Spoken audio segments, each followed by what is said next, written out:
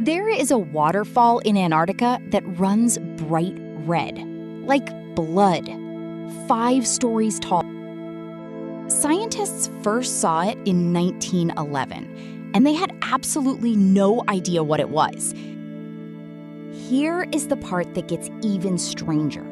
The water feeding that waterfall comes from a lake that has been completely sealed underground. No sunlight, no oxygen, no connection to the outside world for 2 million years. 2 million years. And something is living in it. But that waterfall, that is just the beginning of what is hiding underneath Antarctica.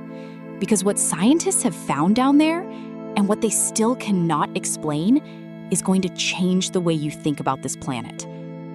So, blood falls. It sits in a part of Antarctica called the McMurdo Dry Valleys, one of the driest deserts on Earth. Barely any snow, wind strips the ground bare. And right there, flowing down the face of Taylor Glacier, is a river of deep, dark red, the color of an open wound. It drops 5 stories into the frozen lake below. When the geologist Griffith Taylor first saw it in 1911, he thought it was red algae in the water. Reasonable guess. Wrong. The real answer took over 100 years to figure out, and it is so much stranger.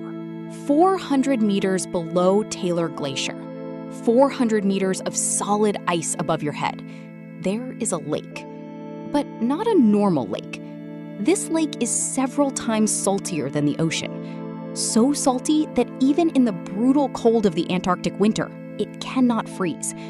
Salt lowers the freezing point of water, and this lake has so much salt, the cold simply cannot win. Now here is where it gets wild.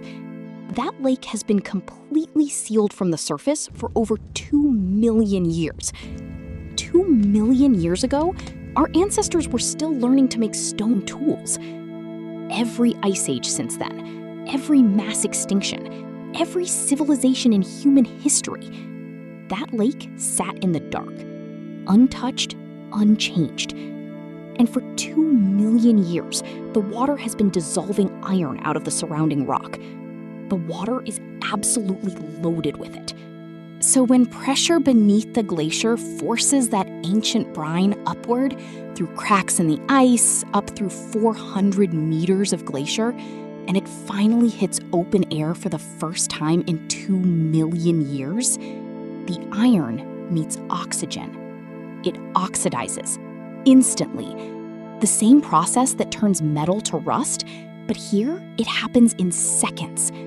Right there, mid-flow, a dark underground brine transforms into vivid arterial red before it even hits the ice below. What you are watching when blood falls flows is 2 million years of underground chemistry meeting oxygen for the first time. But here is what nobody talks about. Scientists still do not know what makes it flow. Blood falls does not run constantly. It starts and stops, sometimes in the middle of winter. No obvious trigger. Researchers put sensors in the glacier to catch the moment it begins. They recorded tiny shifts in the ice, micro movements. Nothing that explains it. The glaciologist who led the research said this: they were throwing out the most bizarre ideas because none of it made sense. A professional, decades of experience, bizarre ideas. That is Antarctica for you. Oh, and the lake underneath? Something is living in it. In water that has seen no sunlight for 2 million years. No oxygen, several times saltier than the sea. Microbes, thriving, using iron and sulfate for energy instead of sunlight. They have evolved a completely different way of being alive. Alien life, not from space, from directly underneath a glacier at the bottom of the world. Here is something most people do not realize about Antarctica. The Antarctica in your head, the flat, white, endless nothing at the bottom of the world, that is not real. That is a lid. Underneath 2 kilometers of ice is an entirely different world. Valleys deeper than the Grand Canyon. Over 400 hidden lakes connected by underground rivers. Preserved landscapes that have been frozen in place for 34 million years. 34 million years. To put that in perspective, Antarctica was already frozen before most modern mammals even existed.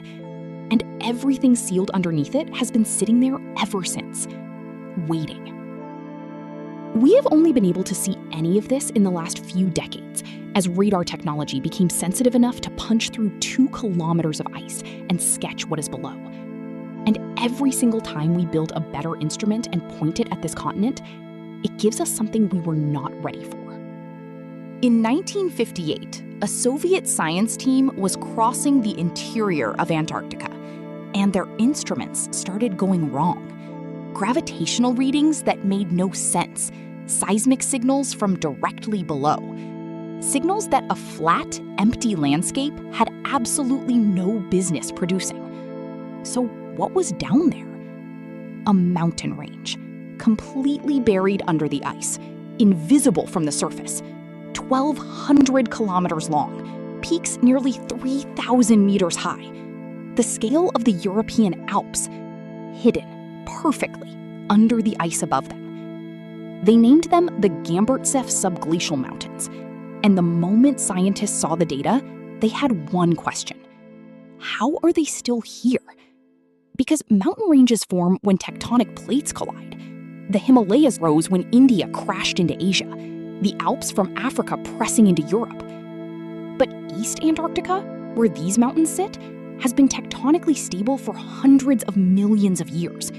No collision, no crash, no reason for these mountains to exist. And there is a second problem. Mountains erode. Wind, ice, time, they grind peaks down. Mountains as old as the Gamburtseffs should be flat by now, completely worn away. But look at the radar scans. They are sharp, dramatic, almost fresh-looking.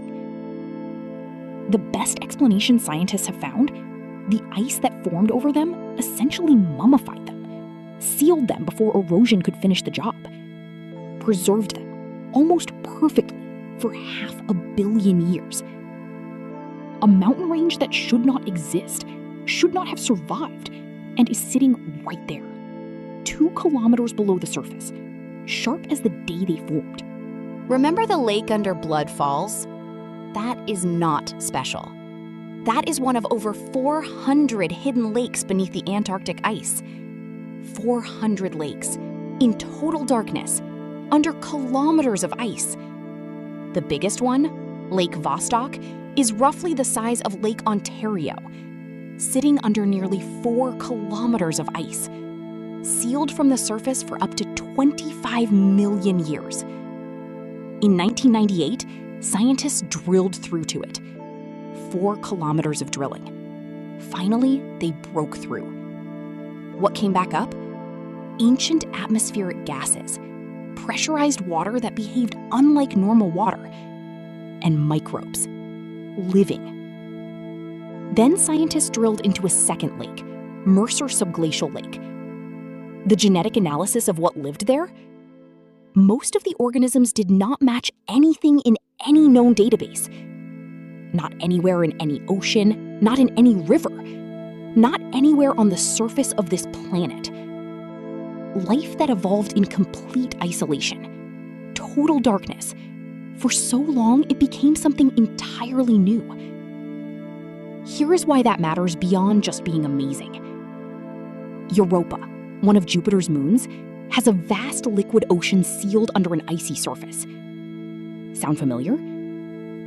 Scientists studying Antarctica's hidden lakes have started saying it directly. If life can do this here, it can do it there. 98% of Antarctica is still under ice we cannot see through. Everything in this video, the waterfall that bleeds, the hidden mountains, the 400 lakes full of unknown life, the signal that breaks physics, the gravity anomaly pulling our satellites out of orbit, all of that came from 2%. The ice sheet is also changing. At its edges, slowly, it is beginning to pull back. And for the first time in millions of years, some of what has been sealed underneath is becoming reachable. Whatever is waiting down there has had a very long time to accumulate. If you want to know what else we find, subscribe. We are going back.